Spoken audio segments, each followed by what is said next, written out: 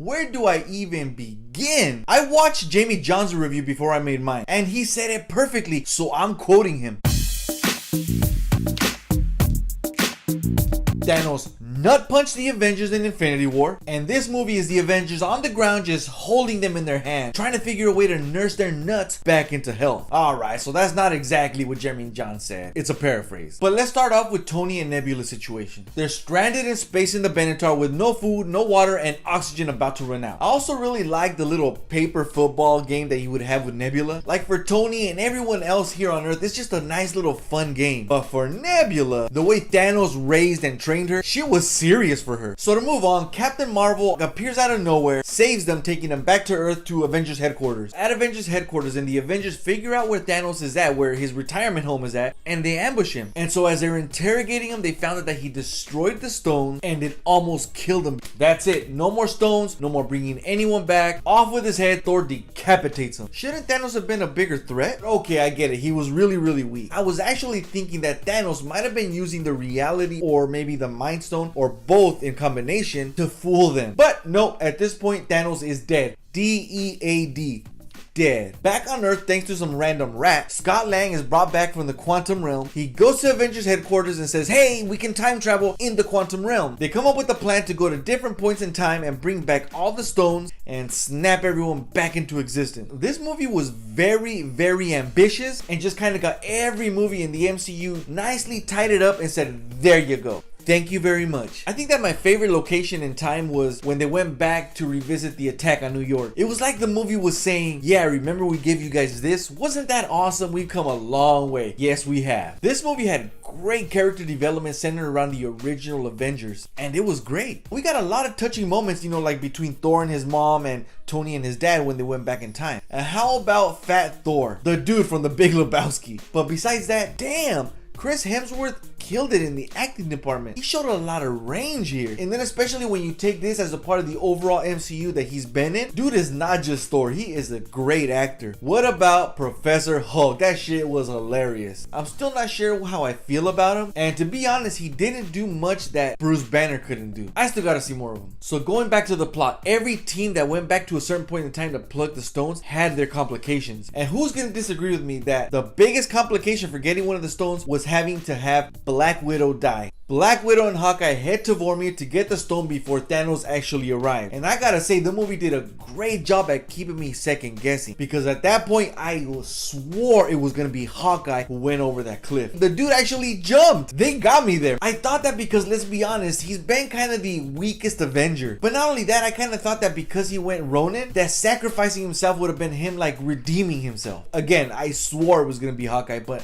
it was Black Widow. Meanwhile, Nebula and Rhodey hit a Morag to get the Power Stone in that orb before Quill actually gets there in Guardians of the Galaxy. That was another little segment of this movie that I fucking loved. I love how they give us that ridiculous point of view of Peter Quill, just he's listening to the music because he has headphones, but anybody watching them just watches this guy dancing and terribly singing, just making a fool out of himself. That was awesome. And because Nebula here enters the same exact time stream where evil Nebula, who's still working with Thanos, is in, their Wi-Fi is interconnected and Thanos finds out the entire plan. Holy shit, Thanos is back in the game. He even watches through Nebula's little projector that the Avengers end up finding him and decapitating him, and homie's just like, that's destiny. He doesn't give a fuck. In fact, the way he said that's destiny seemed like he even welcomed it. And that makes sense because remember, in Infinity War, when he gets the Tesseract, he takes off all of his armor, signifying how he's becoming like a holy warrior. And this is in fact confirmed by the Russo brothers in the commentary. He is just focused on that mission. Nothing else matters, not even his own life. It's what he's lived for. After that, what else is there to live for? So the whole thing becomes a, oh damn, the Avengers are getting all the stones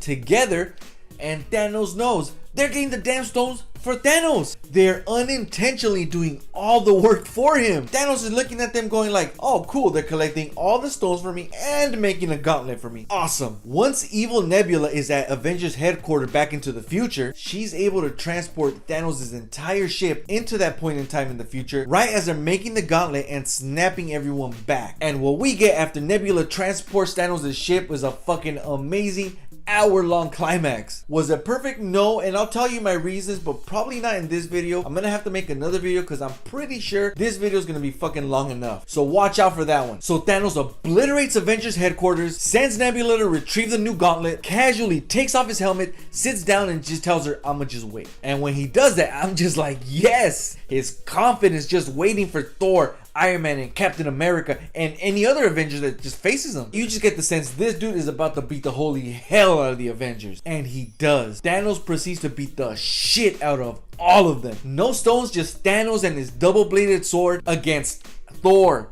Iron Man, Captain America. At one point, he even grabs Stormbreaker and almost kills Thor with it. Slices Captain America's vibranium shield. He really is fucking powerful. And I like that. They did him right. And while this was definitely not Thanos' movie like Infinity War was, they still did him justice in this one. During battle, Thanos just gets pissed and he's just like, you know what?